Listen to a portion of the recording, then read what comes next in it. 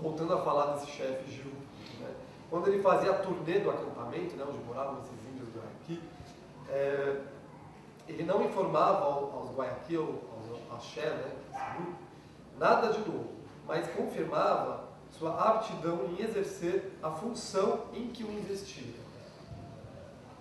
A significação de seu discurso se duplicava, então, pois o sentido aparente não estava lá, senão para dissimular e revelar, a um tempo, o sentido escondido, mas verdadeiro, de uma outra palavra, de um outro discurso que percorria o que ele dizia.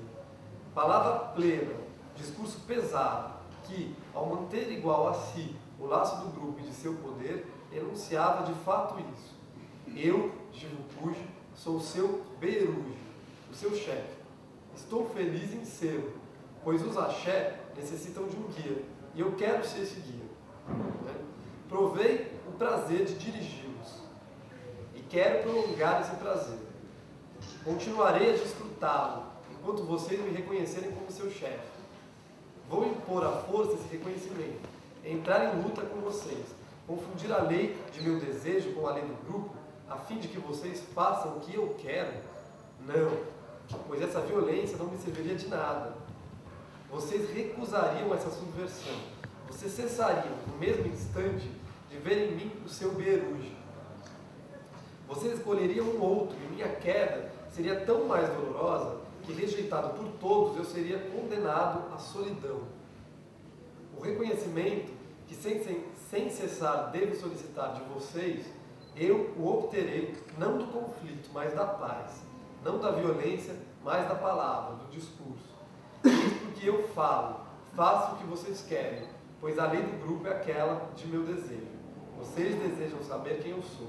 Eu falo, me escutam, eu sou o chefe. Então aqui você tem o exemplo do que ele chama da filosofia da chefia indígena, que é uma, quer dizer, elas são sociedades sem Estado, no sentido de que sociedades sem qualquer lugar, né, para a política, para o político. Mas, se esse lugar existe, ele não está associado a um poder coercitivo, a um poder que obriga, que pela força, que as pessoas façam alguma coisa, que as pessoas obedeçam, que as pessoas trabalhem. Né? Então, é contra o Estado. Ela reconhece uma possibilidade de um lugar de coordenação social, de instituição social, mas esse lugar é esvaziado imediatamente de poder de violência, de poder de mãe. Né? Aí só para continuar aqui, quer dizer, esse pensamento do político, exprimido nesse discurso imaginário, não escapava, de uma certa maneira, à consciência dos índios. Testemunham esse homem que eu interrogava a propósito das atividades do chefe. Quando, querendo perguntar-me o que fazia, Jivukuji, no sentido inglês de to do, né, de fazer, né, utilizava o verbo yapo, que significa fabricar, to make. Ele me respondeu com vivacidade: Jivukuji yapo ya, inyandi. Jivukuji não faz, ele é aquele que tem o costume de falar. Não que Jivukuji não fizesse, ao contrário, ele trabalhava muito, fabricando flechas sem cessar. Mas o que queria explicar, meu informante, é que Jivukuji se definia não segundo fazer, mas segundo dizer, e que nisso residia a sua diferença com relação aos outros, e que por essa razão ele era o chefe. A obrigação de manipular, cada vez que necessário, o instrumento da não coerção, a linguagem, ele submete assim o chefe ao controle permanente do grupo. Toda palavra do líder é uma segurança dada à sociedade de que seu poder não ameaça, seu silêncio irrelevante inquieta. De certo, os Guayaqui não elaboraram a teoria de seu poder político. Eles se contentam em pôr em prática e em manter uma relação inscrita na estrutura mesma da sua sociedade, que se encontra recorrente em todas as tribos indígenas.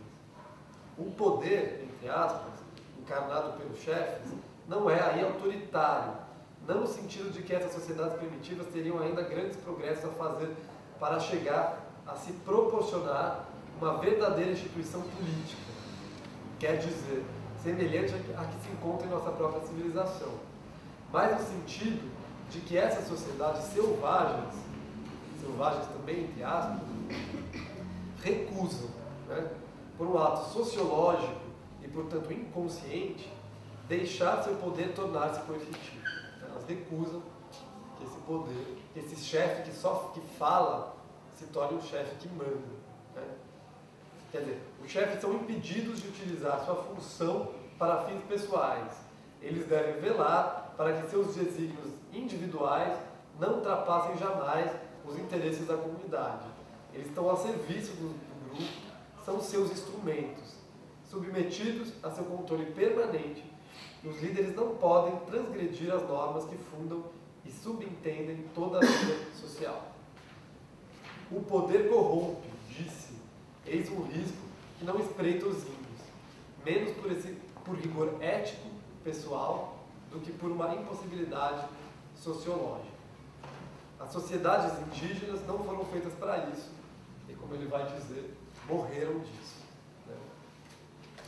Então aqui eu acho que está meio condensada um pouco essa ideia do Clastres, né, do que é essa sociedade contra o Estado e o que é essa filosofia da chefia indígena. Né?